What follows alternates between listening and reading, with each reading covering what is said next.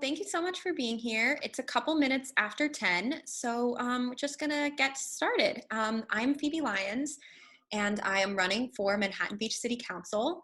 I know that many of you are probably curious as to why I've decided to do this at what people keep telling me is such a young age. The answer is really simple. It's because I care about my hometown and about the people who live here. As a young person who has lived here her entire life, I have a unique perspective that most of our city leadership does not have.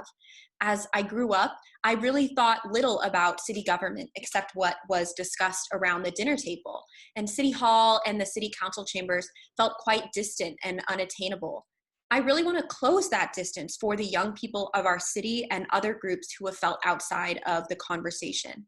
People my age who were educated in our fantastic schools and spent their free time at our lovely beaches and played soccer in our AYSO leagues. We are the future of this city, so why not start leading now?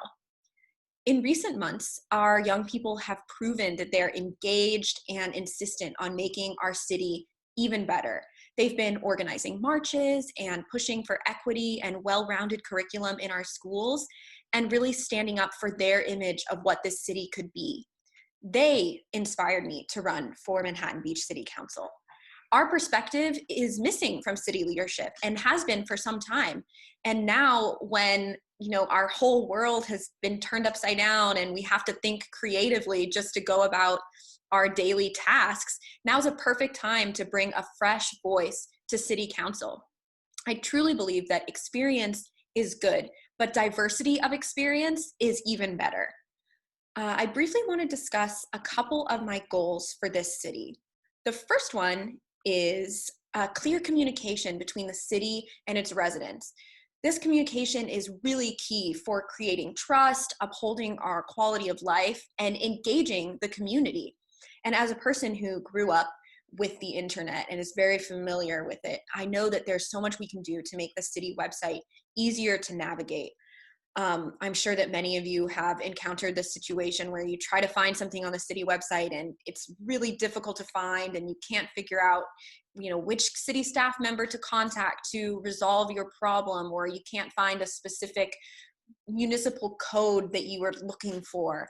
And if we make the website even easier to navigate, it would go a long way towards building more and more trust and channels of communication between the residents and the city. We should also make MBPD policies, standards, and statistics easily accessible through the city website. Hermosa Beach has already begun publishing weekly crime reports as well as monthly crime and activity statistic trend reports. Manhattan Beach must follow our neighbor's example. And I actually had a video that we put out this week, produced by a fellow MBUSD alum, specifically about my goals for creating more trust between the police department and our residents. And I invite you to check it out. It's on our website, it's on our Facebook page. So if you have a second to hop over and check it out, I invite you to do that. Another thing that I am very passionate about is reprioritizing community services like social workers and counselors in our city. There are many instances of nonviolent situations involving mental health crises and homelessness, among other things, where social workers and counselors are better equipped and trained than police are, especially at this time when feelings of isolation are really widespread. Prioritizing mental health services is extremely important. Additionally, if we prioritize those types of services, it will free up our police officers to focus on what they are trained to do and what they're good at, which is prevent crime and enhance safety. And ultimately, putting these specialist skills to use will create more safety for everyone who encounters our city government, including the police and citizens and these types of social workers. As Manhattan Beach residents, we are extremely lucky to live in such a beautiful region of this world. And as a city, we should desire to make our entire region better for not only ourselves, but our neighbor cities as well. Manhattan Beach is in a great position to be a leader in the region on sustainability, homeless services, and mental health, to name a few. And by taking a leadership role within organizations that already exist, such as the South Bay Cities Council of Governments and the Beach Cities Health District, we can really enhance the quality of life and well-being in our own city and the surrounding South Bay region, which would ultimately benefit the quality of life and residents in Manhattan Beach. So that's a little bit about my goals. And now I'm going to pass things off to Maddie, and she's going to feed me a few questions. Madeline is my campaign manager, and she is wonderful. We graduated from Miracosta together in 2015 and have been friends since Grandview. And so she's a great partner on this adventure that we're embarking on. Thanks, Phoebe. As Phoebe said, I will be the MC for this morning. Oh, wow. It is very much morning. And if you have any questions, you can chat them to me. I've already had a few coming in. But I think a good one to start off on, Phoebe, is how are you prepping to become a city council member?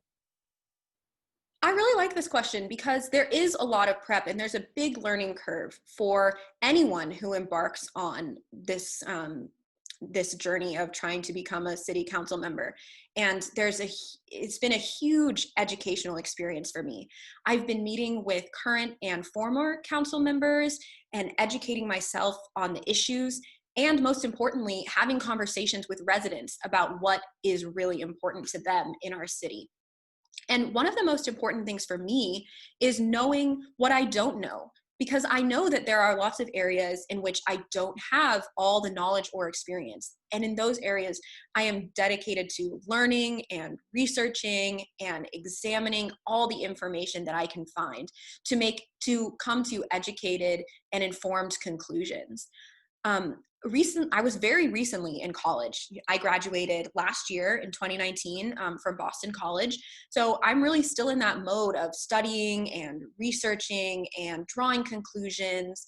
And I am fully equipped to bring that into the job and be open to new evidence and new modes of thought and examining information critically and asking questions that will lead us to meaningful and maybe new conclusions or solutions that we hadn't thought of before. I'm really prepared to ask those questions with the intention of learning and examining all the relevant facts. And as with any new member of city council, there will be a learning curve, but I am more than up to the task. It's been a learning experience already, and I'm sure that it will continue to be.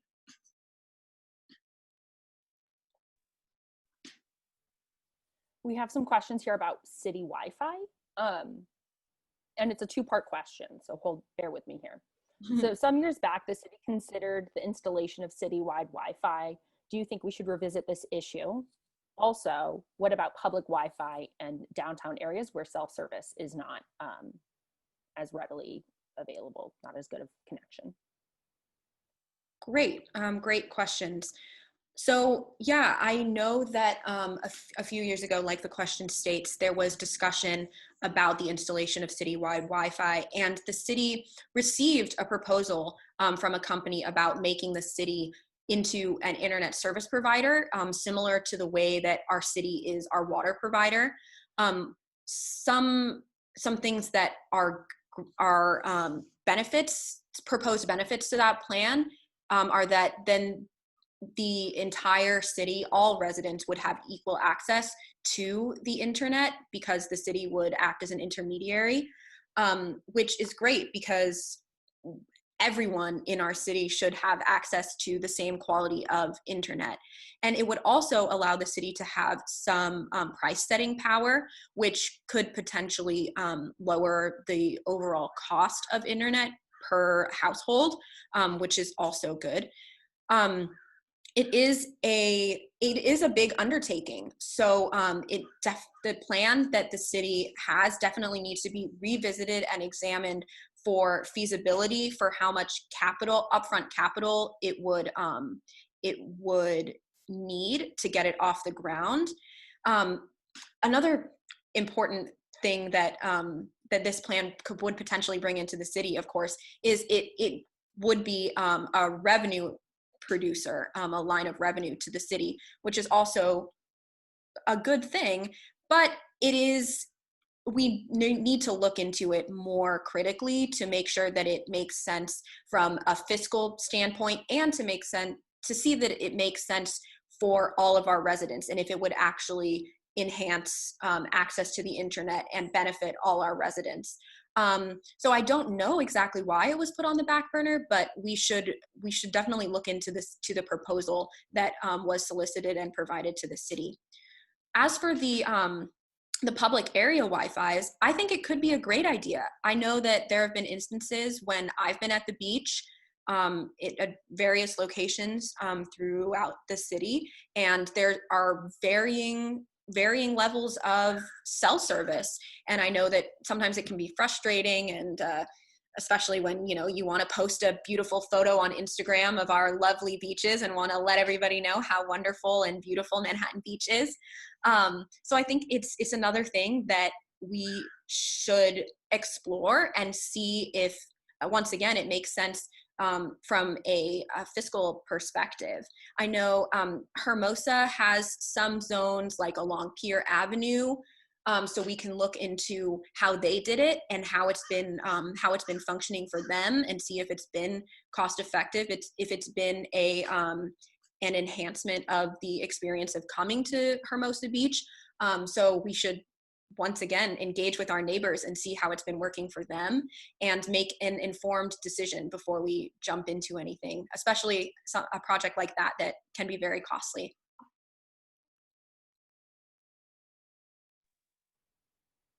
I mean, if you didn't post it on the gram, did you even go to the beach? That's the question. It's the why aren't you? Oh, go ahead. Sorry. Why aren't you seeking endorsements?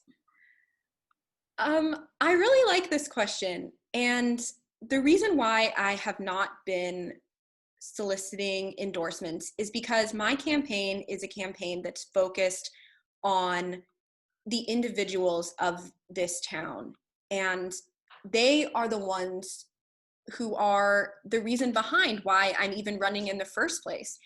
And I'm committed to new and different approaches to city council and new ideas and new thoughts. And as such, I'm not looking for endorsements from the same group of powerful individuals in our town who are chased by candidates every election cycle, nor am I applying for endorsements from organizations who have reached out to me. And it's not a decision that I made lightly. It really is based on the values of my campaign and my leadership and government values. A few groups have made recommendations to their members based solely on my goals for this city, and that's something that I welcome. Organizations doing research into what is important to me and what types of goals that I have for this city, and seeing, oh, Phoebe's goals align with our goals, and we think that they might align with our members' goals. So we should give our members the information about Phoebe, and I welcome that. And I really care about all the individuals of this town. An older woman who's new to Manhattan Beach called me recently because she's excited to see someone like me stepping up to lead with a fresh voice and new approaches. And she is a truly perfect example of the underrepresented constituency that I want to engage and champion. And individuals like her are really the reason that I'm running. If you look around our neighborhoods, you'll see that my yard signs are in front of all kinds of homes, little beach cottages and big new houses. And if you spoke to the owners, you would meet 60-year residents and young families and newcomers to the city and everyone in between. And I love that because it shows that people from all backgrounds in our city are excited about someone who is bringing something new, a new voice, new ideas, new approaches to our city government. My campaign is really focused on individuals and equity, and therefore all Manhattan Beach residents are equally important to me. I hope that answers the question. It was a bit long-winded, but it's something that's very important to me. I just got one here in the chat. And what do you think about creating resident-driven committees to look at pet projects like the Wi-Fi question, leaf blower violations, etc.? I don't know if that's allowed, but we can't expect the council members to be experts in absolutely everything. I agree. We cannot expect the council members to be experts in everything. However, they should be committed to doing the necessary research in order that they are able to make informed decisions. I am very adamant about that. But I do believe that the resident-driven task forces can be very good. I have been vocal in my excitement for the Bruce's Beach Task Force to get off the ground, and the application period is coming to a close next week. So if you know anyone who is interested, has been thinking about applying, or you may want to apply, I encourage you to apply, because it's really important that we show the city council that this task force is important to people, and that engaging on issues of race and inequality and making sure that the full history of Bruce's Beach is known, we need to show them that there's strong interest in that and in those conversations. So I am in favor of resident-driven task forces. I think that there can be a danger when the roles of the task forces are not explicitly laid out. There needs to be strong and clear framework for task forces addressing things such as public Wi-Fi or enforcement of, mechanical landscaping equipment, which I know sometimes plagues us all. But I think that there are ways that those task forces can be useful and can be very informative for the city council, because it is a direct line between the city council and residents, and getting the residents' direct input, which is ultimately what the job is representing the residents' desires and concerns. So I think that they can be very effective in certain areas and with certain guidelines. To circle back to your discussion of the Bruce's Beach Task Force, have you applied to be on the task force? Why or why not? I have not applied to be on the task force. And the reason why is twofold. One is that I am very, very focused on this campaign right now, and I want to give it all my attention because there is change that I feel that I can make by getting onto the city council. So that is my main priority right now. Additionally, there are voices in the community that have more forceful and relevant opinions and experiences that would be very helpful on the Bruce's Beach Task Force. And I am actively encouraging those people and all other residents to apply to the task force and make their meaningful and impactful stories known and have their input on the task force.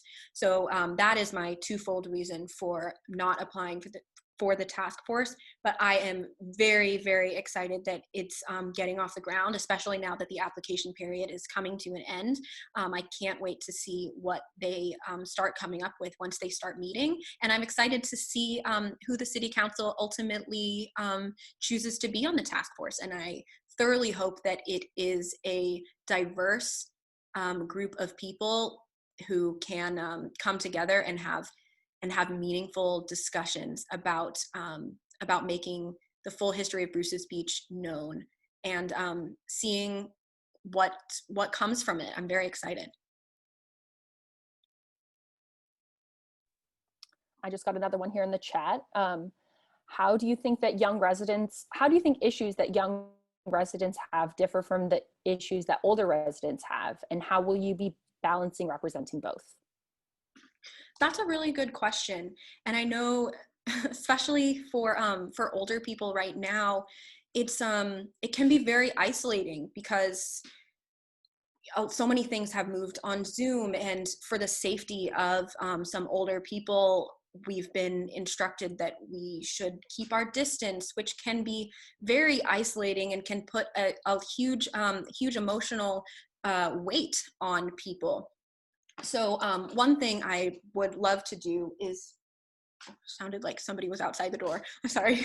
um, it's very important that we continue to reach out and engage our seniors, whether it is doing programming through Zoom or finding ways to have socially distanced programming outside in a safe way. And so as we move forward, unfortunately, this situation doesn't seem like it's going to completely go away in the near future. So we need to be consistently reaching out to our seniors and making sure that they are doing all right, hearing from them about what problems they are facing and what support they can use right now. And as we move forward, it can be difficult for older individuals sometimes to adapt to new technology. And the more support that we can give them, and we can reach out and say, how can we help you? How can we support you? How can we engage you in socially in a safe way? That's going to be really important. And a lot of what's on the seniors' minds in general, not just in these times, but is how to fill their free time now that they're retired. It can be a transition from working full time to not working full time, and how can we keep them engaged and active? And those are issues that are important for the seniors in any time. And for the young people, a lot of their issues have to do with accessibility and equity in our town. That's what I've been hearing from a lot of the young people. There's this one man who I spoke to recently who graduated from Miracosta just this year.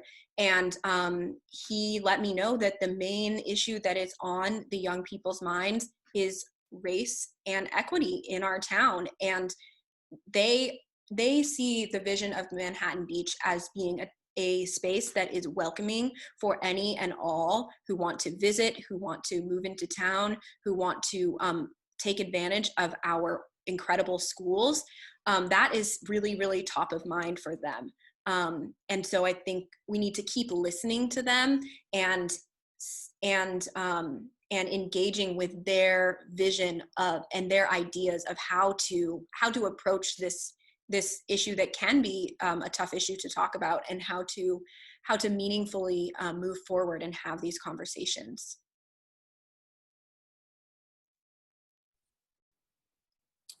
I have a two-parter again here for you. Are you planning to live in Manhattan Beach long term, or might employment or further education take you away? Do you have the time to commit to all of the meetings and obligations of a city council member? Yes, I do. And I am not planning to move away from Manhattan Beach anytime soon. I did not undertake this campaign lightly. I embarked on this because I am dedicated to making the place where I grew up an even better place to live and visit and build a family and go to school. And these are things that I have been lucky enough to experience in my life. And I want to continue the work of making Manhattan Beach even better. And, I did not undertake this because I saw it as a stepping stone to elsewhere. It was really my decision and my way of trying to make the place that I love even better.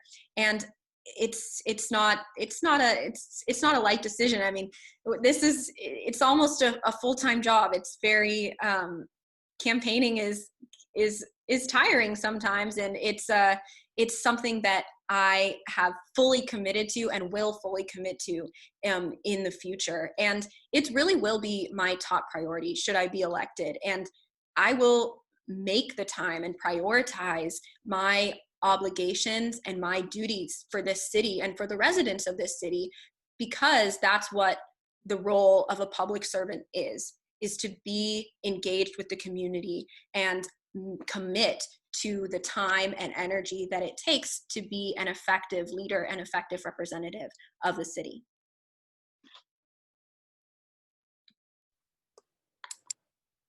Do you believe that the council should be reaching out to constituents on a regular basis to get their input regarding what is on their mind versus providing a centralized suggestion box type form of communicating?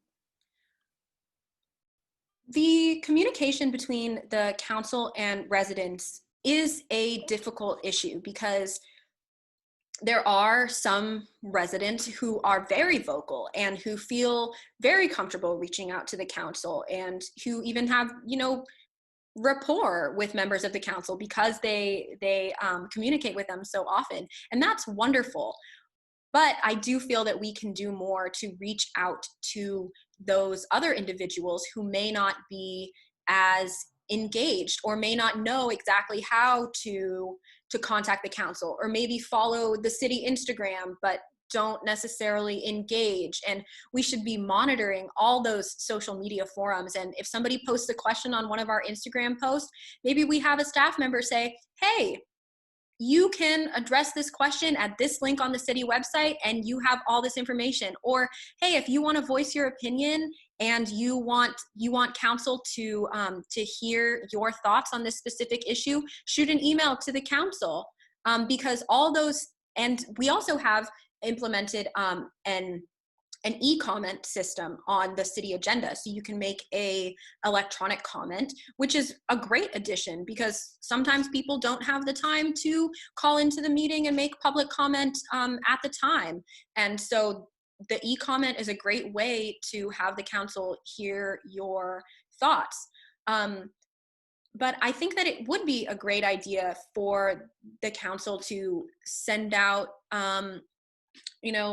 asks on their email or through the city website, or make it even more clear on the website. This is how you contact a council member. If you have thoughts, contact a council member. I was at a small socially distanced garden chat this past weekend, and there was a woman who was discussing one of the maybe unforeseen consequences of some of the changes to parking and meters that have been made downtown. And I said, that is an excellent point. And it affects not only our residents who are frequenting the merchants downtown, but it also affects the merchants. And I encourage you to reach out to the council and say, hey, maybe this is a consequence of changing the turnover times on the meters, that you hadn't thought of. And maybe it's something that we can alter in the future to make things even to facilitate the reopening of our businesses. So it's things like that I think that residents sometimes their first thought is not necessarily to go to the council, because the council is not top of mind for many people. But I think if we can make those channels of communication even easier to navigate and even clearer, it will only serve to enhance the relationship between the city government and its residents, and ultimately allow the council to make more informed decisions based on the input of more of its residents. I just got this one here. Stephen Napolitano has served our community well and is now running for his 5th term on council. Wasn't Councilman Napolitano similarly young when he was first elected? And why do you think it's important to have a youthful council member? That is absolutely correct. Councilmember Napolitano was 24 when he ran the first time in 1992, and he has done some excellent work on the city council, and has been on the council when many important decisions have been made. And he's really seen, interestingly, the change between the pre-digital era into our 21st century digital era that we have here, which is very interesting. And he was effective right when he got on there as a young person, and I intend to do absolutely the same. And I respect and admire Councilmember Napolitano's experience on the council. I do think that what he didn't lack when he first ran, but maybe does now, is youthfulness. In recent years, the council has really been pretty monolithic in terms of age. The average age of our council is about 60, which is higher than the average age of our city as a whole. And democracy really works because it's representative of its constituents. And right now, our council is not representative, of the younger residents of this city. And I intend to be their representation, as well as providing a viewpoint that's different from any of theirs, that of a young, lifelong resident who attended MBUSD schools and grew up in this digital era and has a desire to improve the world that I will be living in for many, many years to come. And while the input and involvement of long-time participants to issues in Manhattan Beach is always valuable, I believe that we can sometimes fall into an approach of, we've always done it that way, or this is how I've been doing it. We've been doing it since I got onto council. And I am really seeking election to the city council to be a fresh voice and bring a new perspective and new outlook. And my commitment and responsibility to lead in that manner is a unique strength that I will bring to this campaign and to the council, and will be the foundation of my leadership on the council should I be elected.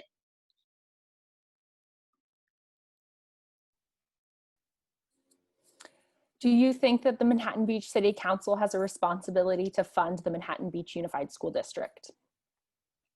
Our school district is one of the most important aspects of our town, even for residents who don't have students in school or never had students in school. We all benefit from the fact that our schools perform so highly. It enhances our property values and makes people want to move here. My parents moved here in 1998, right after I was born, because my sister and I would be able to go to Manhattan Beach schools, and it's a draw for many people.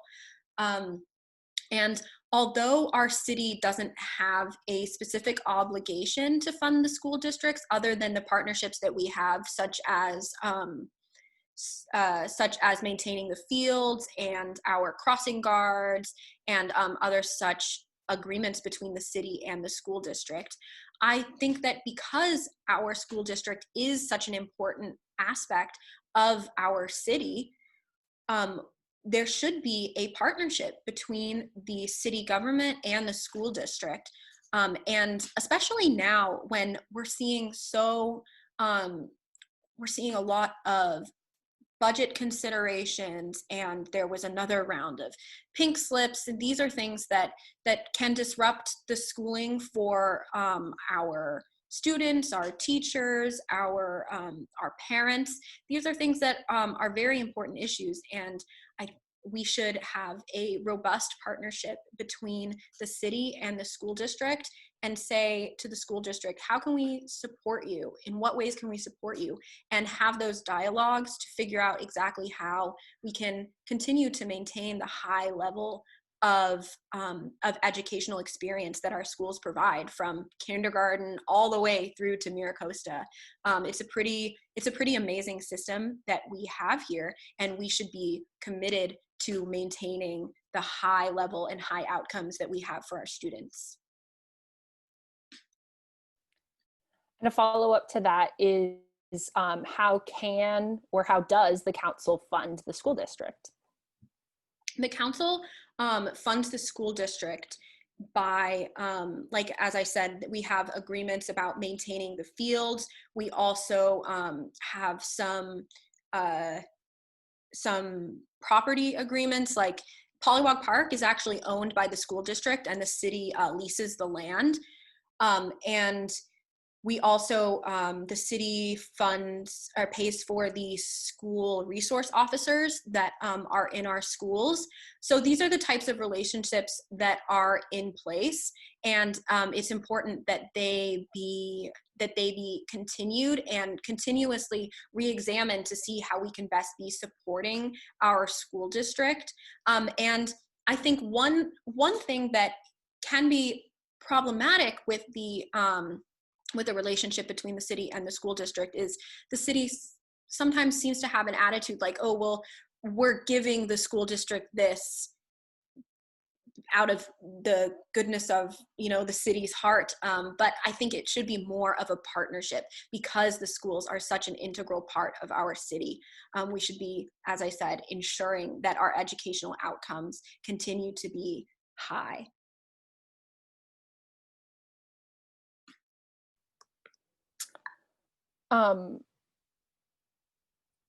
How aware of the homeless situation are you? And what do you think needs to be done to address the growing issue in Manhattan Beach?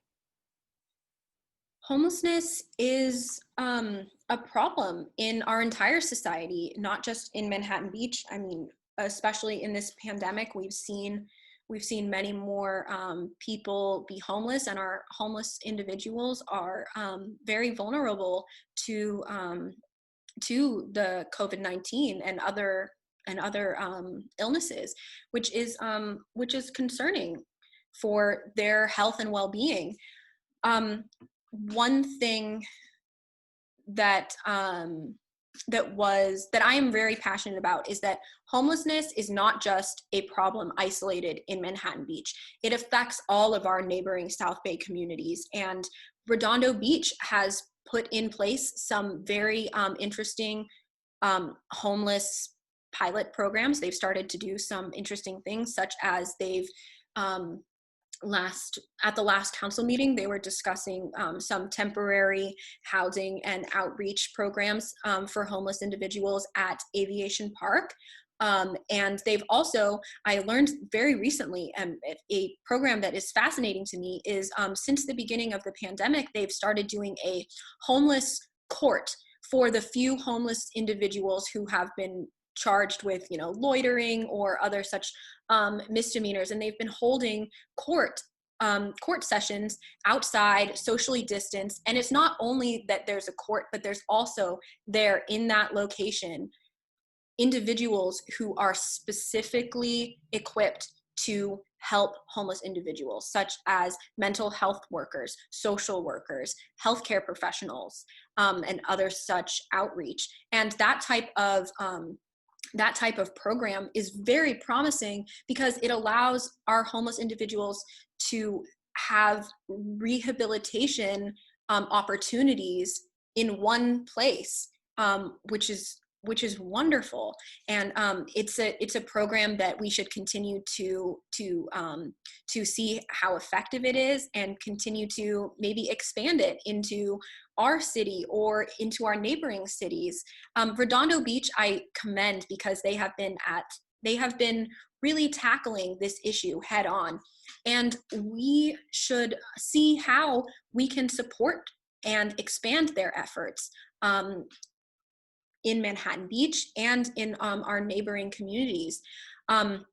As much as we may sometimes think it, we don't live in a bubble. You know, our streets continue into other neighborhoods and other cities, and it's a whole regional ecosystem that we have here, and we should be supporting each other, supporting our homeless neighbors, and figuring out exactly how we can best support them and how we can best get them back on their feet. Homelessness is really a human issue, and it can affect anyone, especially now when people are out of work, and there are questions about, you know, when will I have to pay my back rent, and will I be able to pay it even though I don't have a job? It's these questions are very palpable right now, and we should be exploring how we can best serve our homeless neighbors as a larger South Bay region. So I have 2 more questions here in the queue. For those of you listening in, if you have other questions, please feel free to chat them. Otherwise, Phoebe, we have 2 more questions. Great. What specific policies will you implement in order to boost city sustainability?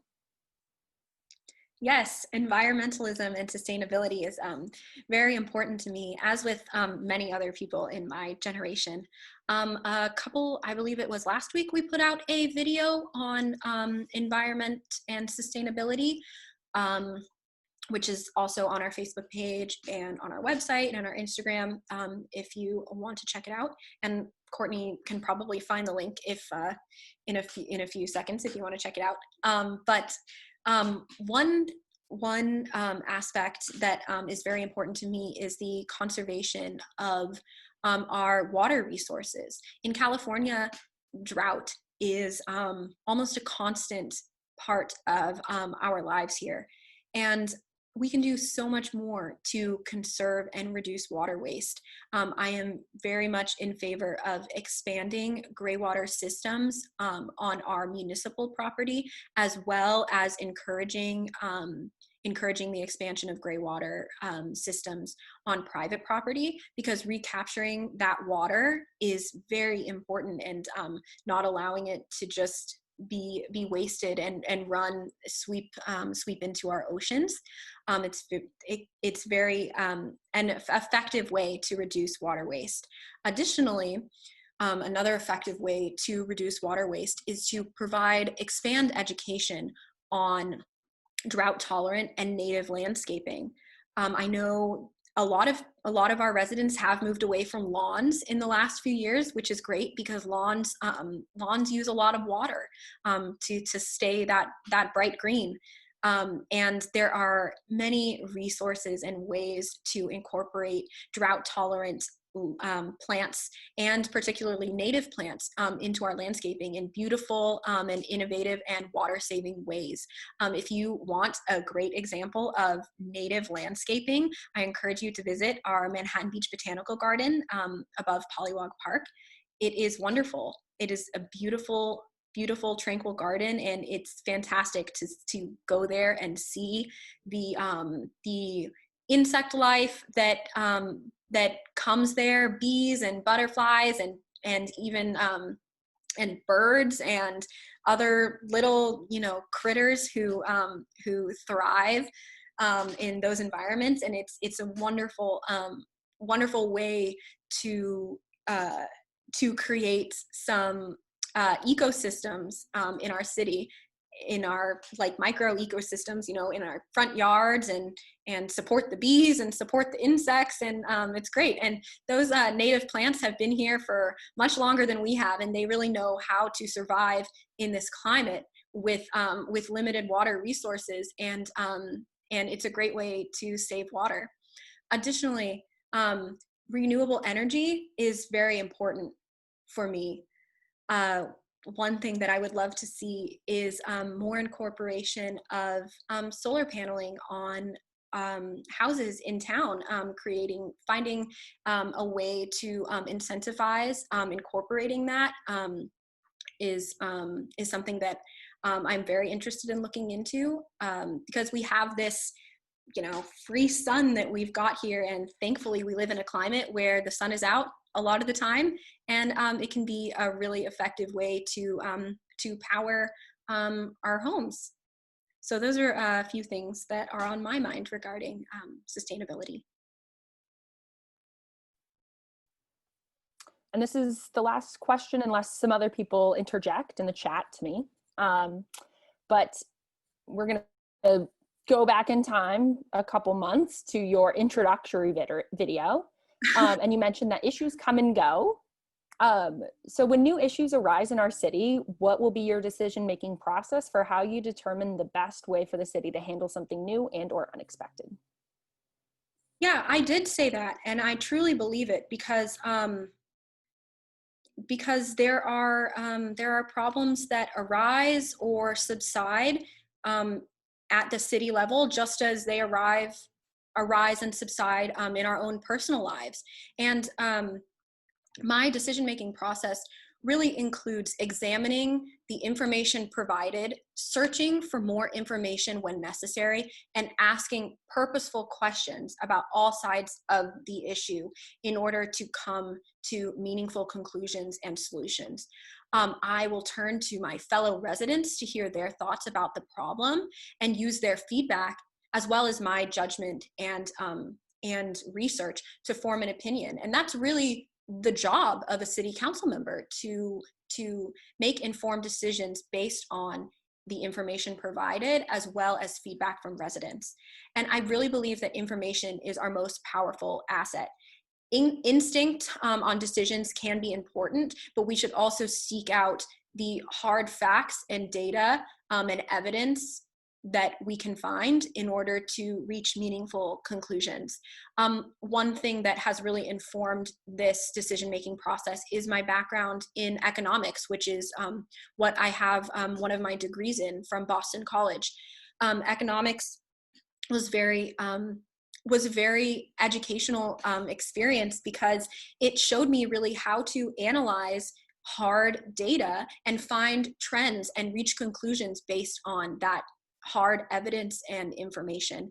And I will bring that training to the city council and examine all the information and all the data in order to reach conclusions that will benefit our whole city.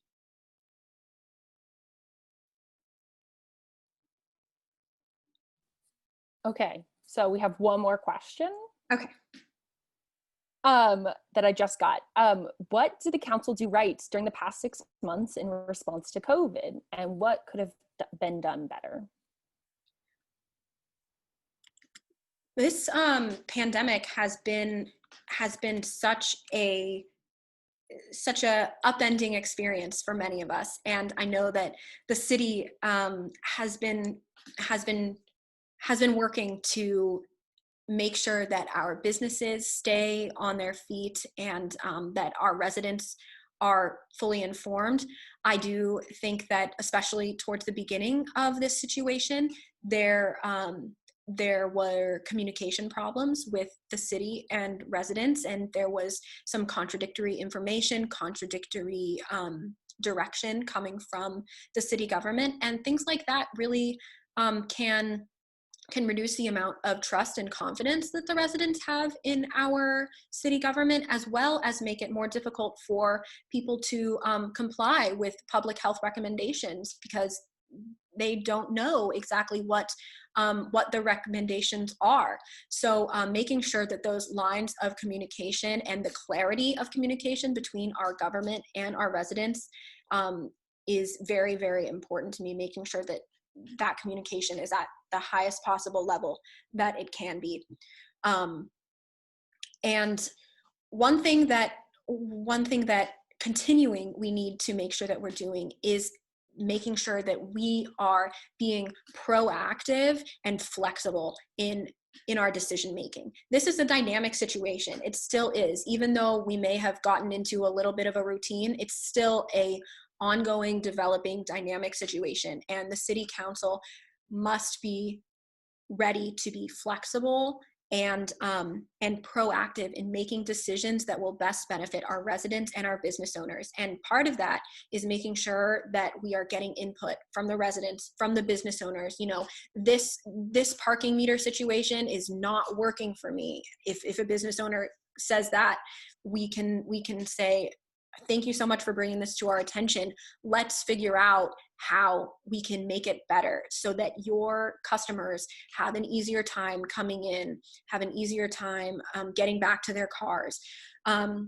It's things like that that we need to be continuously ready to change tack and to make decisions that will benefit our residents and our business owners. It's very important that we stay abreast of everything that is happening in the state, in the county, and make sure that we are providing our businesses with adequate support and adequate information so that they can open safely and keep the employees of our businesses safe, keep our residents safe, keep our visitors safe.